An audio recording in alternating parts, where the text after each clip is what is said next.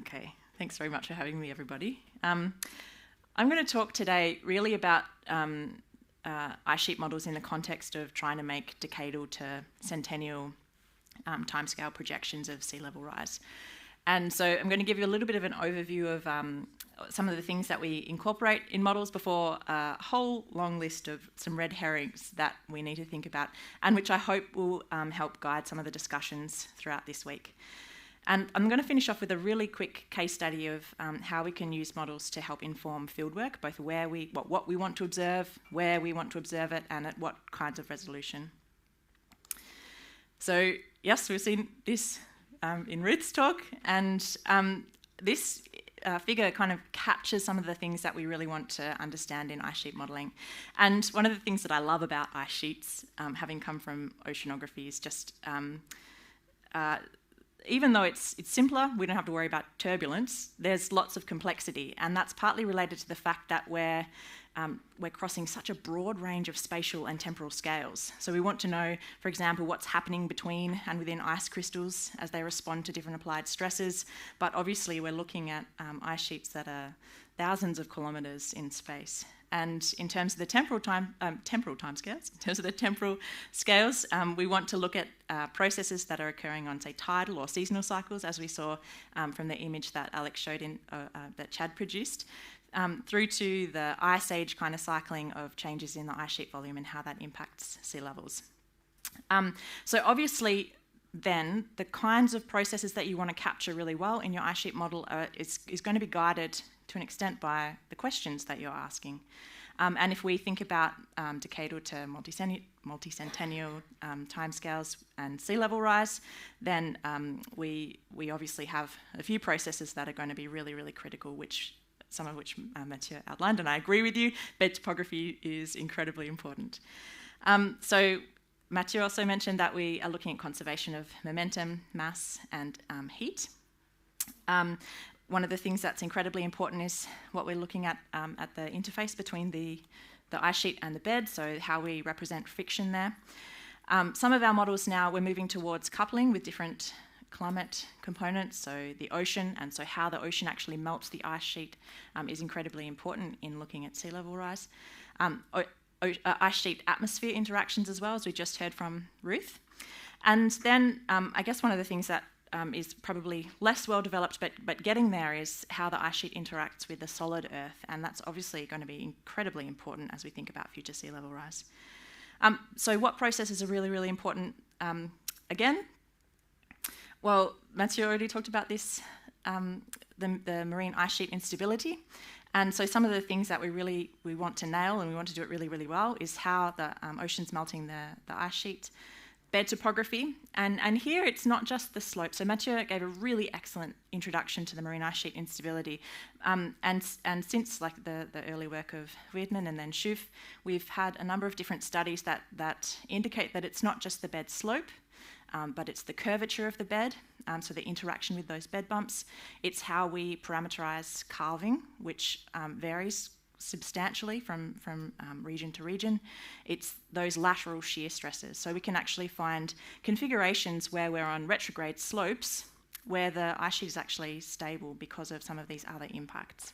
And so there's a strong case here for understanding like the concept of stability on a case-by-case basis with the best observations that we have. It's one of the really important things. So Kenny tasked us with thinking about what minimum resolution do we want for bed topography then, if we know it's so important, and not just bed topography, but also the bathymetry. And one of the things to point out here, I guess, is that the model mesh resolution that we use in ice sheet modelling is sometimes different to the resolution that we have our bed topography products, which might be different to the actual topography. So this background image here is the mesh from a paper by Schlegel et al. In 2018, and they used a model resolution of about 1 kilometre near the grounding line and in the shear zones through to about 50 kilometres resolution in the interior of the continent. And then they performed a more detailed investigation of Thwaite space and to look at how the model resolution changed the commitment to 2100 sea levels, and found that a 4 times finer resolution in that region didn't make a huge difference in terms of what the sea level rise commitment looked like. But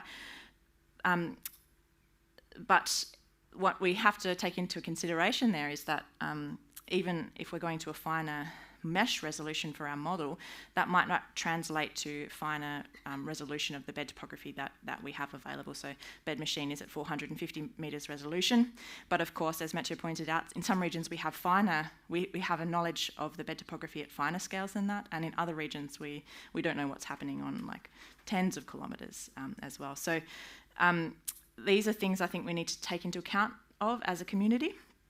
And that will involve, I guess, a systematic investigation of the model resolutions that we need, as well as how that relates to the data collection side of things. So I wanted to talk a little bit about some red herrings now, and using this excellent image from NASA, which I guess you can't see quite as well as what I can on this screen. But what we find, and a number of ice sheet modelling studies have found very similar things in this respect. So we have an ice sheet model, we're looking at climate change scenarios, so we're increasing oceanic and atmospheric temperatures. We find that the grounding line, let's say we're focusing on Thwaites, everyone's favourite glacier, and the grounding line is retreating, and then we can find that it gets to a bed bump, and I use that word quite loosely, so it might be a ridge, it might be a prograde slope, it might be a rise or a rumple. And at that point, we might find that it stabilises and that it persists at that point, and so it's like mathematically stable after that, even if the climate continues to warm. We might find that it meets a bed bump, and then it's persistent for some period of time, but the ice sheet continues to thin, and eventually it will retreat beyond that point.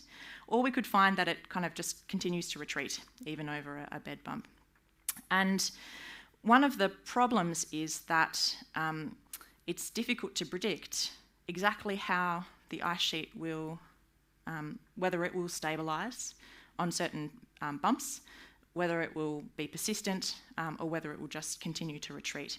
And there's, I guess, a really strong case here for us to have bed topography knowledge at the grounding line and also inland, given that we might find ourselves in retreating scenarios, in particularly the marine basins. And I guess one of the things that I wanted to emphasise here and hope that we can talk about through the meeting is how we can use observations in novel ways to inform bed topography in combination with models. So can we use satellite imagery close to the coast to infer where there might be bed bumps and what their amplitude are and what the slopes are on either side of those bed bumps, and how do we then feed that into modelling to get better predictions of whether or not we might find ourselves in a stable configuration, even in a climate change scenario. Another red herring, which is starting to gain a little bit more traction in the ice sheet modelling community, is the influence of climate variability. And what we find is that climate variability can really impact the rate of grounding line migration. And you can imagine, climate, you've got a climate change signal, and then you impose climate variability. You'll see periods where the forcing will be greater, which might lead to enhanced grounding line migration. You'll see periods where that variability kind of counteracts the underlying warming trend, so you might see actually stagnation or slowing down of the grounding line migration. And this is a figure from Robert et al. 2019, and it shows, so they performed a really, really large ensemble of ice sheet modelling runs with different climate forcings that included variability. And you can see here that there are three kind of positions of the grounding line. The orange line in the middle is the 50th percentile ice volume. So, but you can also see that there are members of the ensemble that predict much more grounding line migration and much less grounding line migration, depending on the climate variability that we see. And as Ruth just pointed out, there's a lot of uncertainty associated with climate variability. And that will have a really big impact on our model runs. And I guess another point here is to think about how we can propagate uncertainty in our ice sheet models in a really helpful way as we as we're providing sea level estimates. Another red herring associated with climate variability is that the amplitude of the variability in itself is not necessarily a predictor of how the ice sheet will respond. So this is a study that we looked at the same climate variability signal, so it's just an anomaly, and then we increased the magnitude by 20%, 30% and 40%. And you can see that here, so if we look at different years, so this is 100 years, 200, 250, 325, the constant forcing, so just a signal with no variability, is the grounding line in white, and at the year 100, that is a really similar grounding line position to when we increase, or when we have climate variability at different amplitudes. But at the year 200, we actually see that the grounding line positions are really quite different. And if you look here, the black line is the run where we have climate variability that has an amplitude about 30% greater than observed. And that actually shows grounding line stabilisation, or kind of persistence, when the same variability signal with a lower amplitude and with a higher amplitude predict grounding line retreat. And actually that persistence lasts for a couple of hundred years before we see that the grounding line then begins to retreat. And so this kind of indicates that the intrinsic response timescale of the ice sheet is complex, and that there might be certain frequencies that are attenuated in the ice sheet response curves, which is kind of surprising, but it also means that we can't simply predict the ice sheet response from the magnitude of forcing. Another thing that I haven't really talked so much about is the influence of bathymetry, but a lot of our models parameterise melt rate in terms of the cavity depth. So you have the draft of your ice shelf, and then you have the ocean bathymetry, and how that actually evolves over time will influence the melt rates that the ocean predicts. So this was a study by Goldberg et al. With 4 different models. The first 3 here are using the same bathymetry, and then model 4 uses a different bathymetry. And you can see that the evolution of the total melt over a short period in time with a different topography actually results in quite different magnitudes of melt. And so it's going to be really critical that we can better constrain bathymetry, particularly things like pinning points, which we know have a really strong control on upstream flow over the grounding line. And then finally, I just wanted to give a quick case study of how we can use models to help guide fieldwork. So this is a study from the Aurora subglacial basin, and what we wanted to know is how fine-scale geothermal heat flow hotspots can actually influence melting at the base of the ice sheet. And so the figure here on the left shows the minimum heat that we would need to produce to see the temperature at the base of the ice sheet reach the pressure melting point. And of course, a lot of that heat that we expect to be generated is coming from frictional heating. We also have deformational heating and groundwater heating, other heat sources which may or may not be resolved by our ice sheet models. But what we find is this area within the black line here is an area where we ran different simulations with different geothermal heat flow hotspots at different scales, and we find that all of our, or 10% of our model ensemble runs actually simulate the ice sheet temperature at the base close to the pressure melting point.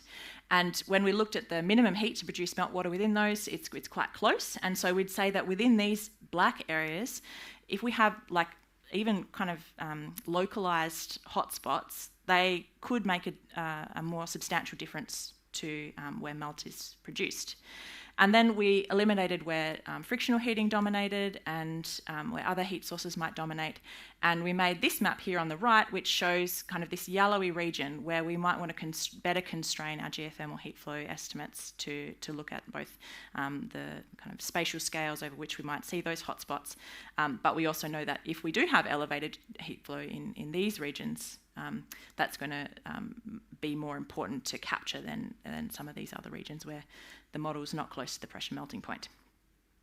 And so, this is just a very one small example looking at geothermal heat flow, but we can use models in similar ways to look at the impact of topography or the impact of other really important processes or environmental conditions.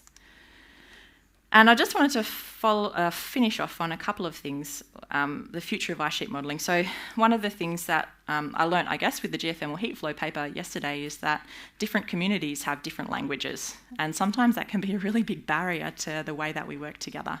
I say vertical shear, and the geologist thinks something that's completely different to what I'm actually talking about.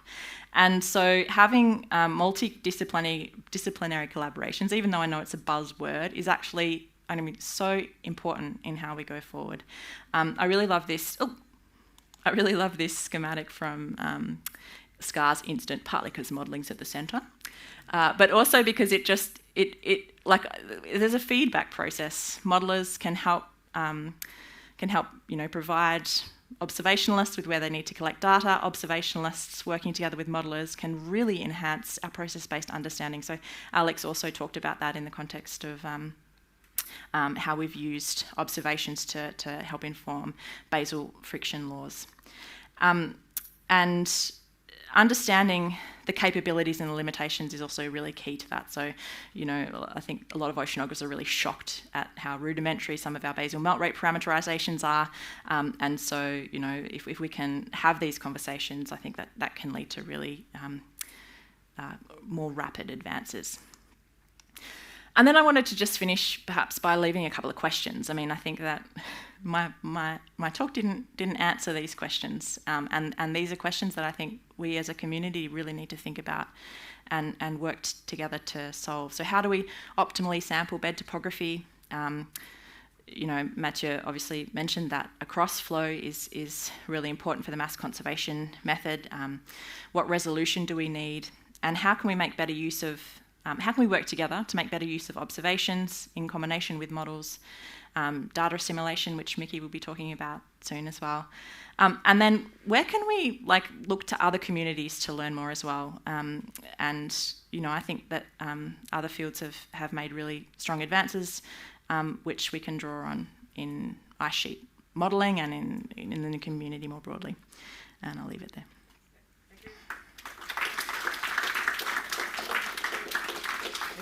Sorry, we don't have time for questions. We have to move on to our next talk about the role of potential field by Fosco and Rin.